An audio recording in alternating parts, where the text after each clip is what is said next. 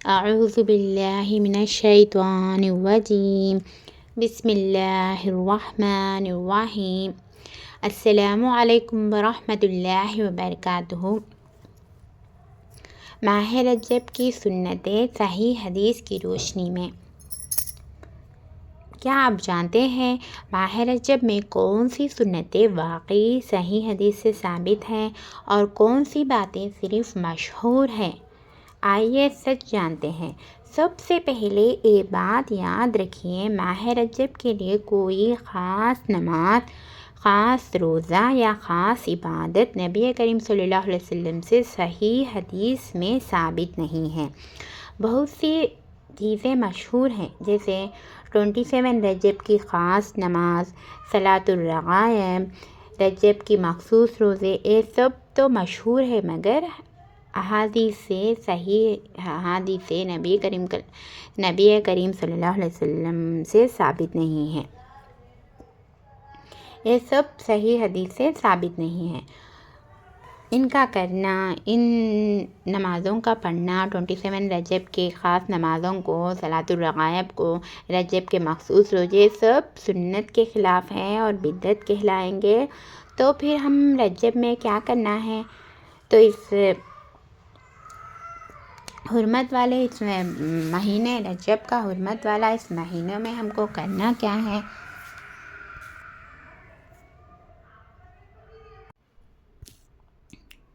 نبی کریم صلی اللہ علیہ وسلم نے فرمائے، رجب کا مہینہ اللہ تعالیٰ کا مہینہ ہے، شعبان کا مہینہ میرا مہینہ ہے، اور رمضان کا مہینہ میرے امت کا مہینہ ہے۔ جب رجب کا مہینہ کو پائے تو آپ لوگ، ہم تمام لوگ، اللہم بارک لنا فی رجب و شعبان و بلغنا رمضان بول کر اس دعا کا اہتمام کرنا چاہیے۔ اس کا معنی یہ ہے کہ اے اللہ، تو ہمارے لیے رجب اور شعبان میں برکتیں عطا فرما اور ہمیں رمضان تک پہنچا بول کر اس دعا کا اہتمام ہم کو کرنا چاہیے۔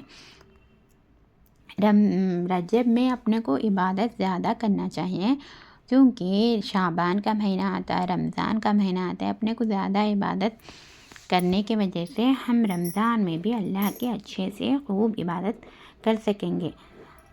جب رجب کا مہینہ آئے تو ہم کو جو عبادتیں پورے سال سنت ہیں وہی رجب میں بھی کرنا ہے، یعنی پیر اور جمعرات کے روزے۔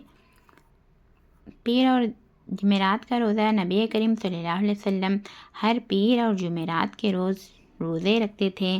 ایام 20 کے روزے، یعنی ہر مہینے کے 13، 14 اور 15 کو روزے رکھتے تھے۔ ان روزوں کا اہتمام کرنا چاہیے۔ نبی کریم صلی اللہ علیہ وسلم پیر اور جمعرات کو روزہ رکھتے تھے، یہ ترمذی کی روایت ہے۔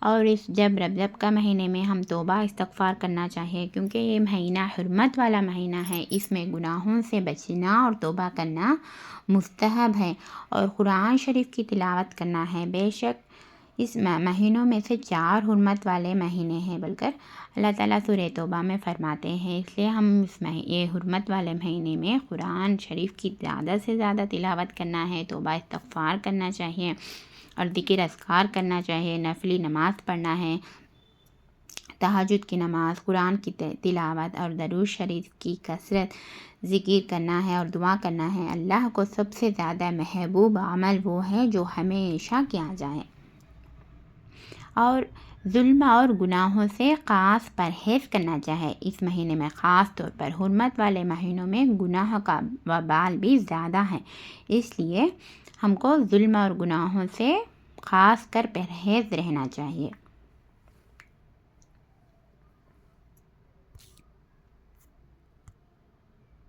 اور یہ بات بھی ہم کو یاد رکھنا چاہیے کہ رجب کا مہینہ عبادت کا مہینہ ہے، نہ کہ بدعت کا مہینہ، اس لیے ہم بدعتی طریقے سے بالکل اپنے کو پرہیز کرنا ہے۔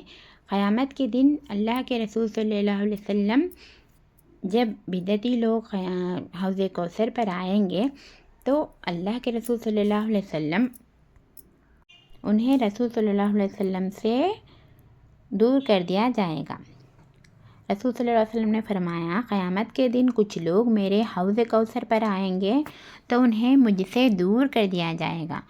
میں کہوں گا یہ تو میرے امتی ہے، تو کہا جائے گا آپ نہیں جانتے انہوں نے آپ کے بعد دین میں نئے باتیں ایجاد کر دیا۔ صحیح بخاری کی روایت ہے یہ 6582 میں۔ اللہ تعالیٰ ہم تمام لوگوں کو بدعتی لوگوں سے بچائے، نیک بنائے، سنت کے طور طریقے کے اوپر چلنے والے بنائے۔